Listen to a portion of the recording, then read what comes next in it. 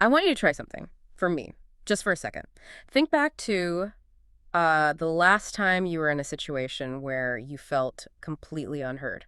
Maybe it was an argument, a dispute with a boss, maybe even just dealing with a customer service rep who kept, reading from a script. You know what happened. You lived it. But the other side, they have the paperwork, they have the logs, the official record. And suddenly your memory just feels flimsy. It feels like it doesn't matter. It's the classic institutional power imbalance, right? The individual has a memory. And the institution has the data. And in the world we live in, data almost always wins. Usually, yes. But today, we're looking at a document that completely flips that table over. We're doing a deep dive into something called the TruthCore record of Mercy Hospital infractions. And I have to tell you, when I first opened this file, I expected, a standard patient complaint form. The food was cold or something like that. And instead you found a forensic dossier. Exactly. This isn't a diary. It's a weapon. It's a dense, digitized, immutable ledger that covers this very specific 4-day window, January 11th to January 15th, 2026.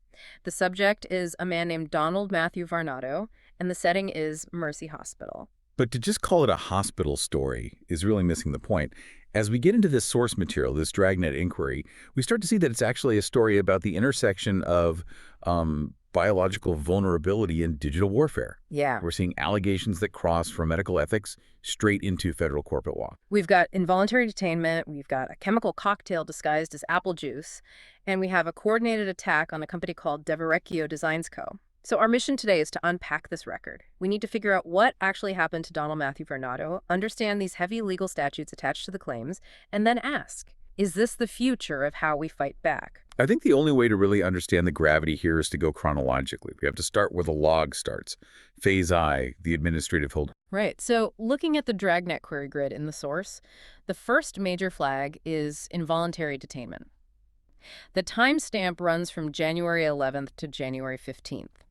And there's a specific duration noted here that seems really important, 72 to 94 hours. And that number is not random at all. In the world of involuntary holds, sometimes it's called a 5150 or an observation hold, depends on the state. Yeah. 72 hours is the magic number. It's the legal limit. It's the legal limit. A hospital can hold you against your will for 3 days, yes. Okay, let's unpack that. How? Under very specific circumstances.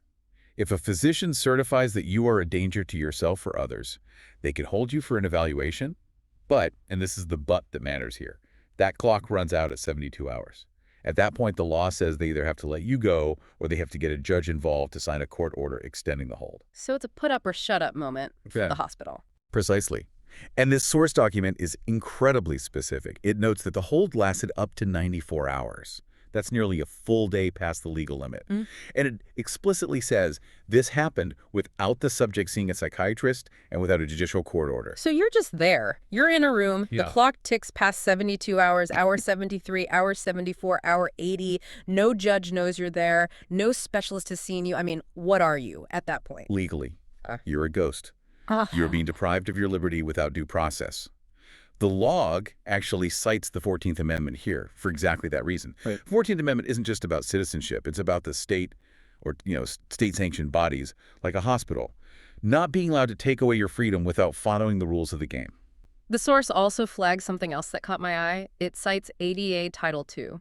Now, when I hear ADA, Americans with Disabilities Act, I usually think about like wheelchair ramps or Braille. Right, physical access. I don't think about hospital detainment. Yeah, that's a very common misconception. Title II of the ADA is much, much broader. It prohibits discrimination by public entities. It essentially says you cannot be denied services or due process because of a disability or even a perceived disability. Perceived is an interesting word there. It's crucial. If the hospital staff looked at Mr. Varnado and decided, oh, he's behaving erratically, so he must be mentally unstable, and then they use that assumption to bypass his legal rights. You skip the judge. To skip the judge, to skip due process, that is a Title II violation. They are treating him differently and worse because of a medical assumption. The log calls it a tension between hospital security protocols and civil rights. Which is a very polite way of saying the hospital decided its internal bureaucracy was more important than the law. And this creates the environment for what comes next. Because if you're a ghost in the system, if no judge knows you're there, you are completely vulnerable. Which brings us to maybe the most visceral part of this document, the Milky Apple Juice. Yeah, this is where the story shifts from a legal procedural to something like medical horror. When I first read that phrase, Milky Apple Juice, I thought maybe it was a complaint about bad cafeteria food, expired juice or something. But then I read the description in the infraction detail column. No, it's much darker than that. The source describes the juice as a delivery vehicle. That is a very specific clinical term. It alleges that the juice was used to conceal a crushed cocktail of medications, specifically Ativan and Haldol. Okay, for those who haven't spent time in a pharmacology textbook, what are we looking at here? Ativan and Haldol. It's a very heavy combination. Yeah. Ativan is a benzodiazepine. It's a strong sedative. Haldol is a first-generation antipsychotic. You mix them, and you are looking at a potent chemical restraint. It just shuts the brain and the body down. And the allegation is that this was crushed into the juice, so not a pill handed to him with water, but actually hidden inside the drink. Exactly. And that distinction, it changes everything. I mean, if a doctor says, Mr. Varnado, I need you to take this, and he refuses, and they force it, that's one legal situation. It has its own paperwork. But hiding it, deceiving the patient, that removes consent from the equation entirely. The source calls this medical battery. And that fits. Battery is just unwanted physical contact. Drugging someone without their knowledge is a form of that. But the law goes even further. It connects this act to the absence of a diagnosed medical emergency. Right, because if he was, say, swinging a chair at a nurse, they might be able to justify an emergency sedation. Correct. But the law insists there was no emergency. So if there's no emergency, why drug him? The implication is convenience. It's a lot easier to manage a sleeping patient than an awake one who's asking to see his lawyer. And the consequences of this cocktail weren't just a nap. The source mentions a specific medical fallout. Dyskinesia. I looked this up and it sounds terrifying. It is. Dyskinesia is a known and very severe side effect of antipsychotics like Haldol. It involves involuntary muscle movements. Your face might twitch uncontrollably, your tongue might protrude, your arms might jerk around. So just imagine this. You're trapped in a room, you've been there for 4 days, you drink some juice, and then suddenly your own body starts betraying you. You can't control your muscles, you can't speak clearly. You are a prisoner inside a prisoner. And the log links this directly to the actions of a Dr. Singh Song. It alleges that this doctor not only authorized this chemical restraint, but then covered it up. The verbal sedation lie, that's the exact phrase in the document. Yes. The source cites 18 U.S.C. Section 2135. That's the federal statute for false statements relating to healthcare matters. So let's play this out. Someone from the outside, maybe a business partner, family member, calls the hospital. They ask, how's Donald? And the doctor says, what? Based on the log, the doctor likely said something like, oh, he's resting comfortably, or we had to give him something mild for his anxiety. They present this narrative of care, but the reality, the Milky Apple Juice and the dyskinesia, is completely hidden. It's gaslighting on a federal level. It is. And the source notes that there is a recorded verbal correction from Mr. Varnado himself.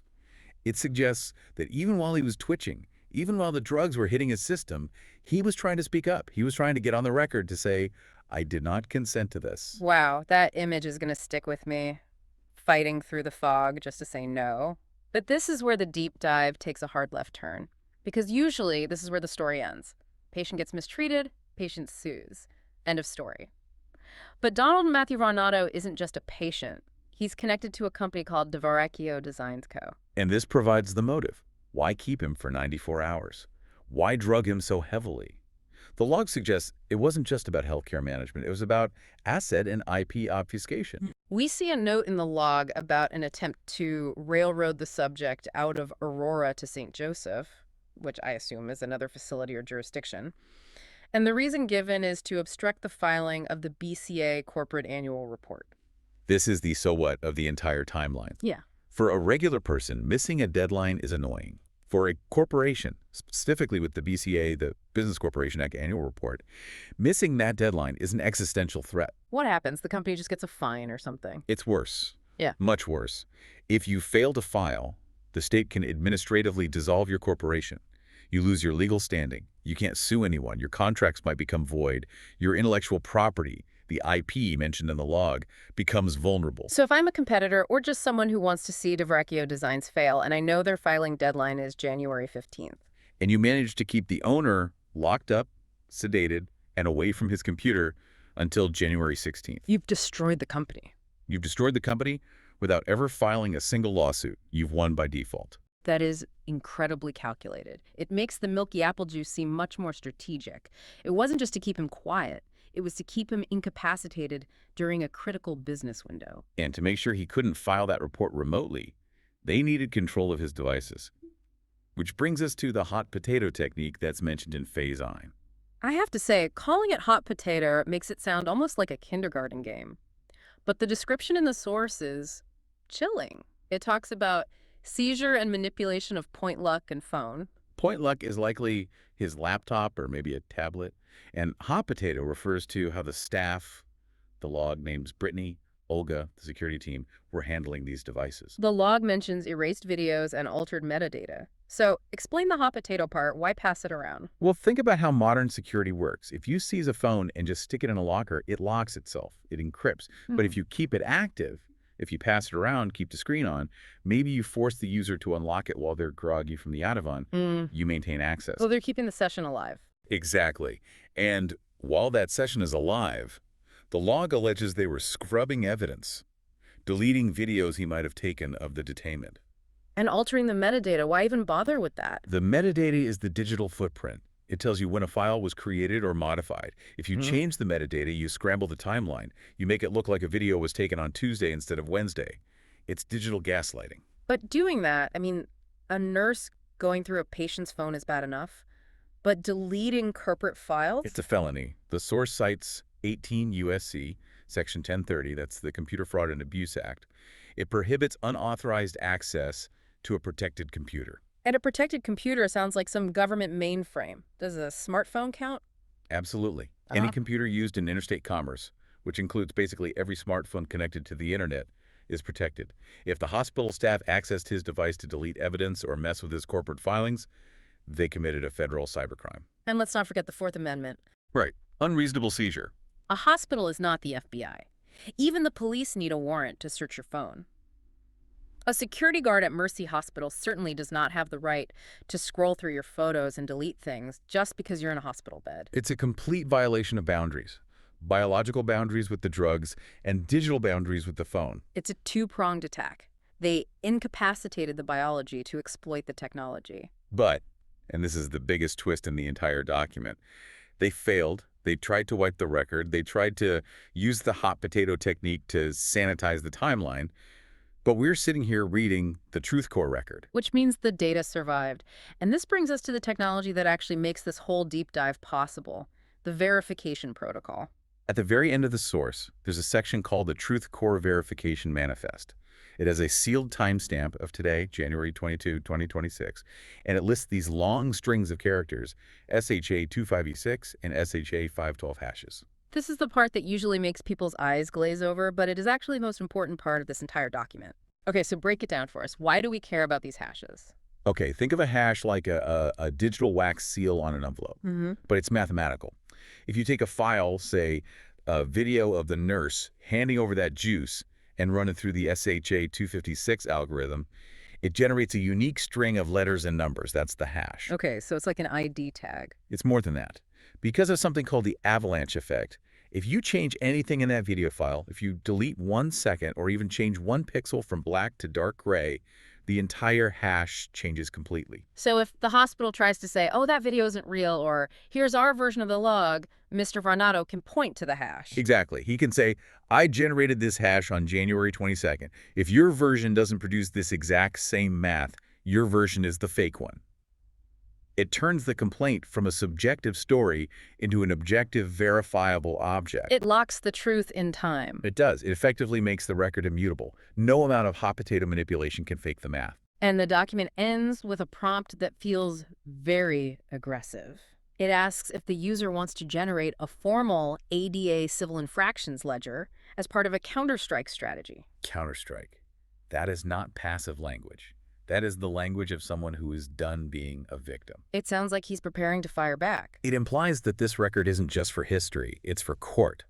He is aggregating all these infractions, the 94-hour hold, the dyskinesia, the phone seizure, and compiling them into a structured, hashed legal bill. It's weaponized bureaucracy using the system's own rules, the statutes, the logs, the timestamps against it. And honestly, it's brilliant. The hospital relies on paperwork to protect itself. TruthCore seems to be about generating better, stronger paperwork to tear that protection down. So let's zoom out and just look at the whole picture here. We have a man who walked into Mercy Hospital and basically fell into a black hole. A black hole where the laws of due process stopped working, where he was held for 4 days without a judge seeing him, where he was chemically restrained with a cocktail of antipsychotics that caused him to lose control of his own body. And while he was twitching and incapacitated, his digital life was being raided.